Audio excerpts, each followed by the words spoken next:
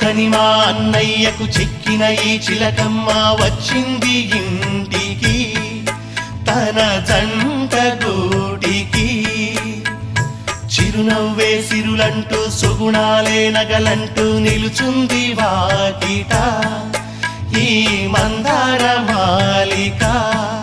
సిరి వెన్నెలంటి చెలిమిని మాకు పంచగా నెలవంక ఇలకు చేన చిన్నవదినగా.